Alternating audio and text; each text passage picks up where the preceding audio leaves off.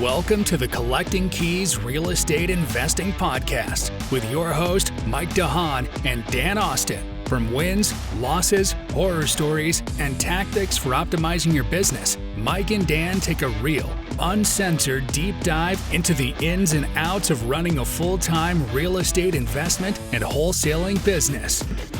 What's going on, everybody? Welcome to episode 13 of the Collecting Keys Real Estate Investing Podcast. This is our first episode of 2022. It is currently January 2nd.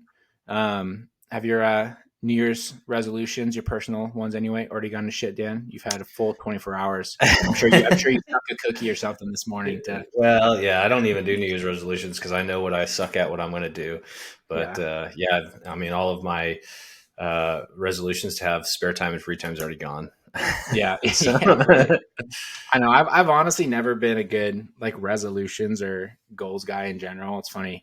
You and me, I think after this, we're going to have a talk to have a meeting just to talk our business goals and stuff for the year. And spoiler alert, I don't really have much because I realize I'm not a good goals guy. I've always been the person of, well, I know what's going to be the next step forward. And I kind of just focus on that in the immediate. And then that's what I've done for the last 4 or 5 years now.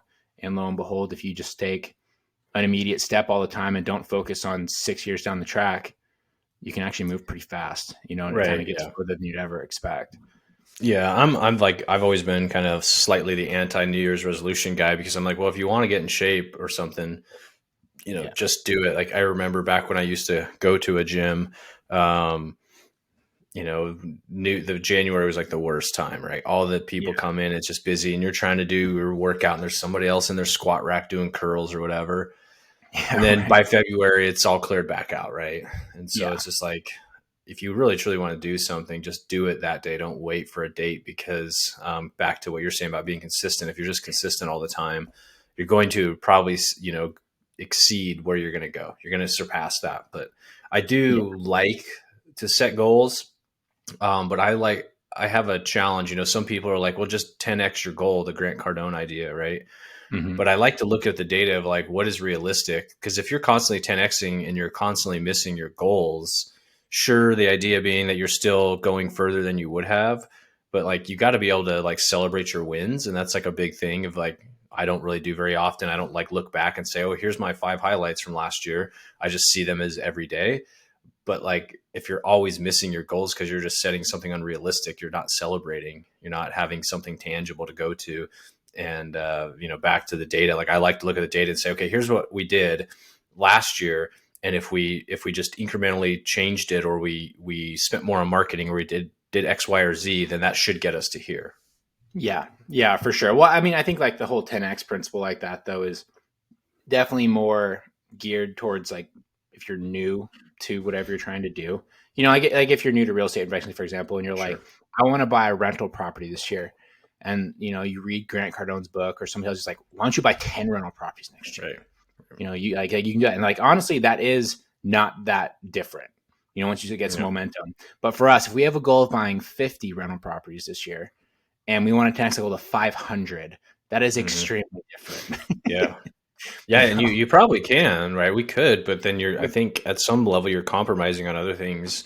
As far as, buying 500 perfect bird rental properties is near impossible. I don't know. Brandon Turner never did it that I know of. So right. Well, not only that, but then you have the limitations that are out of your control, like just the whole time of the transactional process in real estate. It's like for us to do a BRRRR, it's going to take a minimum of 4 months typically, if it's like a quick deal. Mm-hmm. So you're going to have, say if we wanted to do 500 this year over 4 months. So that means that, what's that? That's every third of the year we have to have 180 of them going. Yeah. Yeah. Basically like 125 doors quarter, right? Yeah, exactly. So I think when you start to do scale and things like that, it's like, well, you can't, maybe it's like 500 units, but that's still also like a different whole process. So maybe it's like, say if 50, that's like our real estate goal. It's like, well, why don't we, double that or do 150% of that? And that still makes it more like breaching our expectations, but also is realistic by, how the business actually works. But I know it's always funny to me because I always feel like there's so many people that I know that I follow, personally and in business relationships I follow on social media, and they like go and they're like, I'm going to read 52 books this year. I'm going to lose 30 pounds. I'm going to put on 10 pounds of muscle. I'm going to make $1 million. They like list off this huge list of things. And then I'll be like, I'm pretty sure you've done like none of this stuff ever. Like, why is, well, yeah. Well, for me too, there's some goals like the reading a book one is a good one. Like I just don't like reading that much, and I don't have time in my day to read very often. I do listen to books. I do read, but like some people are pretty good at it. They're like, I am going to read a book a week, and they do it. I'm like, I just have no interest in that. Yeah. Because then at some point they all just are the same thing. And that's the thing too, right? Is I know that like I was on that train for a little while, especially when I was starting out, and it was valuable when I was starting out in business and real estate and stuff. But exactly like you said, after you've read a half a dozen books that all say the same stuff, or like there's so many books that are written that are have like one concept that they take 300 pages to talk about for some reason. Yeah, like the 10x rule. There's like a whole book about that, and literally the premise is doing 10 times of whatever you're trying to do isn't 10 times harder than doing that thing. So you might as well just like go bigger. You know what I do? The 10x rule, that just describes it. You can save your time now. Honestly, a lot of times, like I'll just read the first few chapters of a book. Yeah. And I get the concepts and I don't need the rest of it. So there's a life hack. Yeah. Read half the book. Yeah, exactly. Well, there was this company for a while. I don't know if they're still around, called like Blinkist, I think, or something. Oh yeah. Yeah, and basically they were like the audio cliff notes for any book. Yeah. And it was actually pretty good. Like I use that to listen to a lot of the classics, and it gives you enough of understanding what it's about that if someone says like, "Oh, have you ever read, How to Make Friends and Influence People?" and you can say, no, you haven't, but you know enough about it because you listen to the 15-minute synopsis. Exactly. You can have a conversation about it now. But I know it's always kind of funny. Yeah. Anyways, that kind of year. But one of the things I want to talk about going into 2022 was the real estate market in general, and where exactly you think and I think things are going to be going, because it's funny going into last year, no one would have predicted the explosion, I guess, that we had in valuations. I mean, for some markets in the United States to be up 30, 40, 50%, freaking Coeur d'Alene, Idaho was up 85%, like last August from the year before. I mean, that's unprecedented, right? So now going into this year, I mean, it's pretty safe to say that that's not going to happen again, purely just because, if things were to double twice, I don't even know who's buying those at that point. We're already at an unaffordable price point for a lot of people. So, I guess, what is your thoughts on where the market's going to go in terms of like the retail market, the investment market, just like big picture valuations? What are you sort of thinking, Dan? So just my initial pass, kind of what I know, what I've seen is I agree. It can't double again. There might be some price points though that do continue to rise a little bit higher. Like I think the lower price point always is going to have higher appreciation right now, just because there is room for, if you're buying a house for $250 and for it to go to 300, people are still buying it. But for $1 million to go to $1.2 million, $1.3 million, I think people are going to start tapering off. But I think it's going to be more moderate. I think it's going to grow. I mean, because big part of it is inflation, right? It's still growing. I think we're still expecting, 5-6% inflation next year. And we're already getting slammed with it on the building materials again, for whatever reason. I don't know. We started a project, and within a week of us starting the project, 2x4s went up $2, right? Like what? Yeah. What's going on? And that's just one piece of material, but tons of materials like that. So inflation is going to, I think, continue to go up. People are forecasting, some rate hikes, which could temper it a little bit depending on where they go. And as long as they stick to it, right, as opposed to what they've done in the past, which is go back down or stay flat for longer than they said they would on their rate hikes.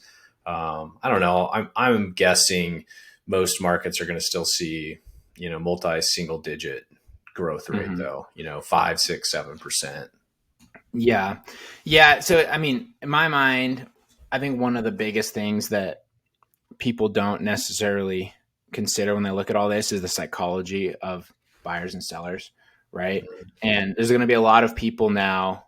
I mean, you see it a lot in Spokane already, where people say, I can't believe that house costs that much, and while prices are where they're at and they keep going, people are going to have that same mentality for several years until they just sort of get accustomed to that's what houses cost now. Right. And I imagine a lot of markets are kind of similar. So, what I sort of see is, you have these people that locked in, basically realized their gains on the house that they were living in, sold, moved into their, kind of like next 10-year house at like a 2.5% interest rate. So their payment is the same on their $700,000 house they just bought as it was in the $300,000 house they bought 5 years ago and just sold for $600,000.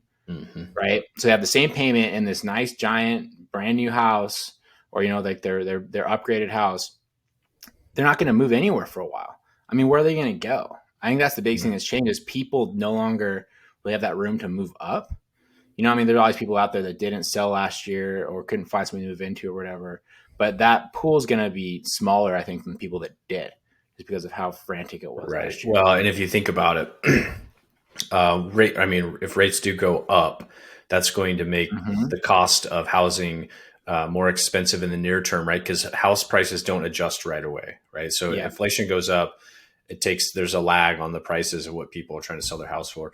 But you're right. If you locked in, your $500,000 house for 2.5%, 2.25%, and rates go up to 4%, you can't afford the 750 house that you were going to move into in 5 years or 1 year, or that you were waiting to move into, because honestly, it's more expensive, even if it's at the same price point. And so I do think that people will see prices and not necessarily look too deeply into the rates before they buy. If prices start kind of tipping downwards because rates are going up. But I definitely think you had a huge movement. First-time home buyers, people that could finally buy a house, and then people that are stepping into their house. And then the baby boomers, for the most part, have just stayed, right? They're in their house that they've been in for 30 years.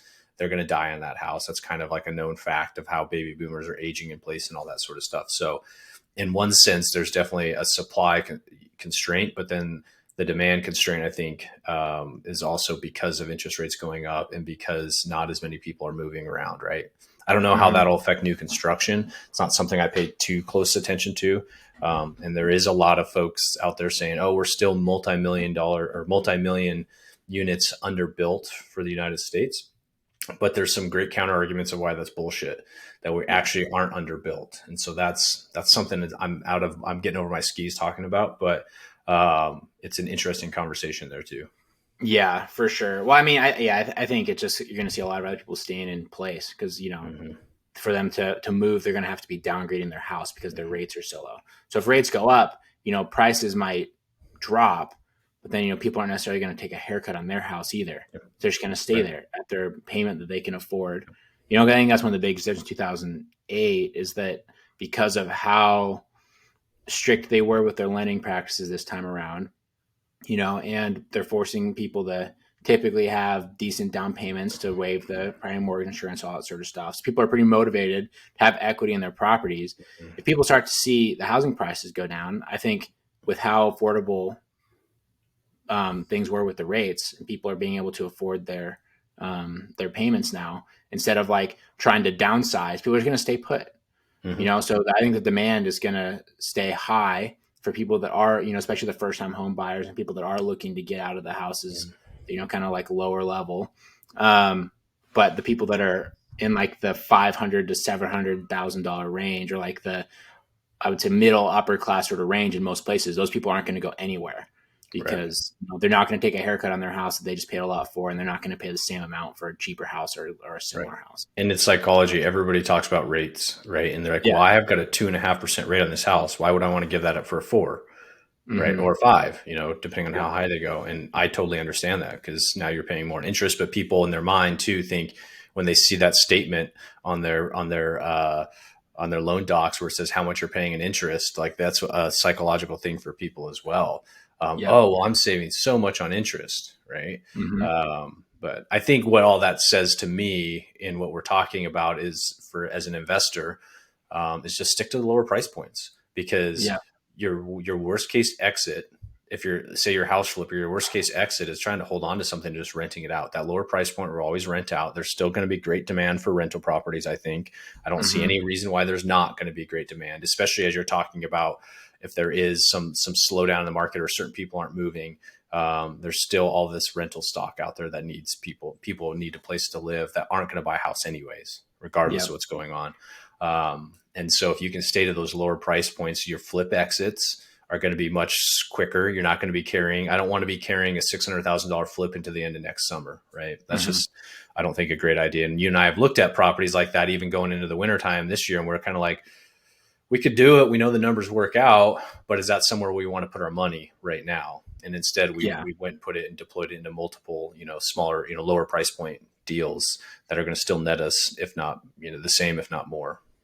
For sure. Yeah. But on that same note, I would say that in that lower price point market, the frenzy is going to have died down quite a bit. Like I cannot imagine this next year, we're going to be seeing all the stuff we saw this past year of people paying, $50,000, $60,000, $70,000 over asking for like a $200,000 house.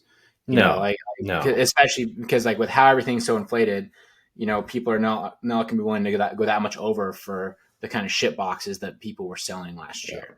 And I think if anything, from an investor standpoint, there's going to be a lot more opportunities for us from an off-market perspective because of that. Yeah. Because these houses that did have a lot of work or that people needed to get out from underneath from for whatever reason, they're not going to be able to throw it up and just have someone come snapping at it anymore, because people do have that psychological perception that houses are overpriced. There could be an argument though in the investor space. It will stay highly competitive because there's a lot of investors with money to move. For sure. Where on the market, MLS or something like that, you're right. I don't see that. It creates an opportunity for us investors, but I still think there's quite a few investors that are in that market area that are pretty strong right now financially and ready to keep moving or need to keep moving. And so we're going to start seeing, we'll continue to see that competition, but you're right. I don't think we'll be competing with the average home buyer like we were last year. That we were competing with everybody. It wasn't just other investors. Yeah, well, I mean, there'll always be like competition now on the investor side for the chumps that are buying off the MLS as their full-time source, right? I mean, like that's not going to go away, especially as there's been now an even larger drive towards like the financial independence movement with the Great Resignation and all this sort of stuff. Everyone's like, oh, I'm now working remote. Like I, have this extra money. I'm trying to buy rental property so I don't have to work this shitty job anymore. Right. And all those people are like, well, I want to invest in real estate, but I don't want to work too hard. So I'm going to go work with a realtor. Right. And those people can go and fight all they want. What I'm talking about is for people like us who are sourcing their own deals. Right. I think there's going to be a lot more opportunity. I think so too. I think there's still other off-market folks though, that are in good positions that are strong or have the opportunity to be strong. I think most of those folks, we're going to continue to outpace them though, because of our systems and what we're doing to source those deals and how we're closing those deals. I just think our system is far better, far superior than a lot of folks out there. And that's not bragging. That's just time tested. Yeah, for sure. I mean, and it's like every market, right? Like, there's a couple of our main competitors here and us do 90% of the off-market deals, I would say. And I mean, I think it's like, what's it? I guess 80%, right? It's 80-20 rule. But like 20% of the investors do 80% of the deals. Right. And just like that everywhere. But, and I think just some of the ways that things have changed in the government, the financial standpoint, the financial sector as well, with now banks are allowed to foreclose again, right? Cities allowed to foreclose again. They're now basically able to move forward with a lot of the penalties that were paused for the last year, which is one of the reasons a lot of houses were sitting. So I know like in Pierce County over on the west side, I think that their first auction for the year, which is next weekend, it has like 70 something properties that are going to be coming up for auction, which is actually still pretty low for Pierce County, believe it or not. But that's compared to all of last year. It was like 5. Yeah. Cause there's you're not allowed to do it. Yeah, exactly. They're starting to play catch up. Now it's going to be 70. And then I wouldn't be surprised if in months after that, we're looking at 100 plus houses going to auction every year in Pierce County.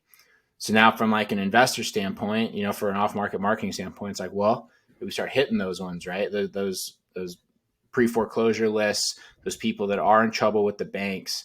If you can start getting in front of those people and giving them an option to walk away with something before the bank just takes their money, takes their equity and takes their property, there's probably a pretty good opportunity there, since now that actually is a legitimate threat.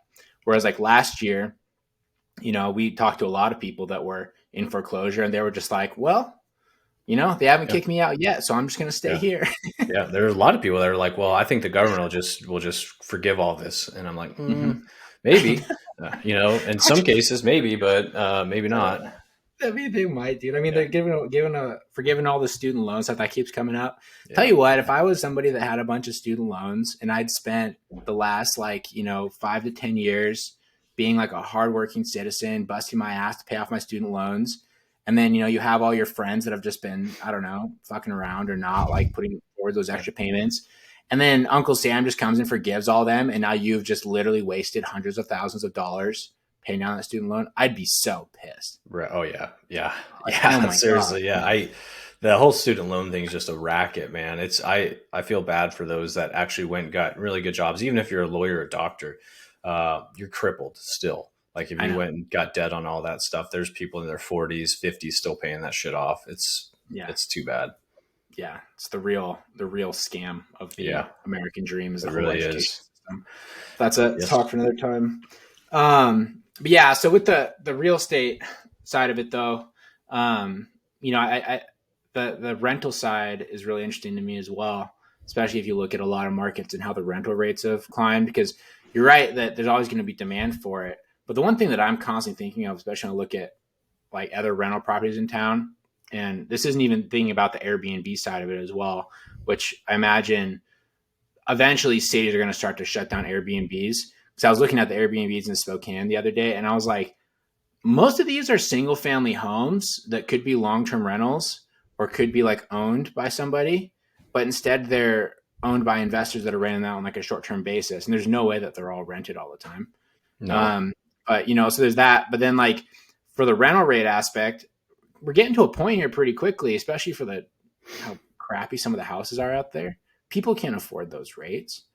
Like especially it comes down to like those middle ones, especially. You're always going to need affordable housing, and there's always going to be a demand for like luxury rentals, I think, for, the traveling people, or like, I have a class rental up near here, where a military family just moved into, they're paying $2,600 a month for my single family home. But, he's in the Air Force, makes like 90 grand a year. She's, works for one of the health districts here, makes like 60 grand a year. And they're only planning to be here for 3 years. They just want like a nice rental in a good school district before they move out again. Still demand for that. But it's like the middle tier ones where you're like, well, this is in like a C-class neighborhood, and you want $1,700 a month for this house that hasn't been renovated since the 60s. Right. Probably nothing in it works. Like that can't be sustainable. And there's people that are buying a lot of properties assuming things like that. Yeah, I mean, I don't think the rent growth like we've seen, just like the house price growth, is going to be sustainable. I don't see the rents, declining though. Yeah, there's no reason why it would decline. For sure. I mean, and the demand for rentals just shows that they're not going to decline, right? I mean, we've had some of these properties. Our properties are nice in these kind of C-class areas. We renovate them, but we'll put them up for $1,600 to $700 a month, and then I mean, what? For one of the most recent ones you did for that, you had like 50 applicants in the first 24 hours. No, I had over 100 applicants. Yeah. Yeah. For like, it was a nice place, but that's a pretty hefty price point for people. It is. You're absolutely right for the size and all that sort of stuff. And I mean, we have nice properties too. People see the pictures and like, damn, that's cool. Quartz countertops, new cabinets, all that sort of stuff. Exactly. So they show well, but the neighborhood's not like the premium neighborhood, which go up the road a few miles to a nicer neighborhood, you could rent a newer house for $2,000, $2,100, no problem, But yeah, it's interesting too, because a lot of folks when they buy, I shouldn't say a lot, but I've talked to folks that they actually calculate into their returns a rent appreciation, which is smart, but you see that mostly on multifamily. Like, multifamily, you're going to add in that because that's part of the whole package, 1 to 2, 1 to 3%. But on single family homes, we don't do that. That's just a part of it that exists. But if you bank on that, you're buying at a premium price, and you're hitting maybe $100, $200 in cash flow a month. And then you're like, well, but next year I'll get a $25 rent increase. The year after that, then I'll be cash flowing 500. I'm locked in at long-term debt. I just don't think that that's something you should bank on in single family. For sure. Yeah, for sure. Yeah, especially at the rate that we've been going at too. I think that's where a lot of people, going to get themselves into trouble. Okay. So I guess, going into this next year from a real estate investment standpoint, what would you think one of your top tips would be for somebody that was looking to, get started investing this year, or, was maybe had like a couple of rentals and was looking to scale up a little bit? I like not necessarily geared towards like professional investors, because they're going to kind of have their own game plan. Like, we know what we're going to do. But, for the average investor out there, what do you think would be your main tip or thing to think about for 2022? It's not something that I would share in 2021, 2023 is when you're buying it, you buy it right. Honestly, like, stick to those price points that are good.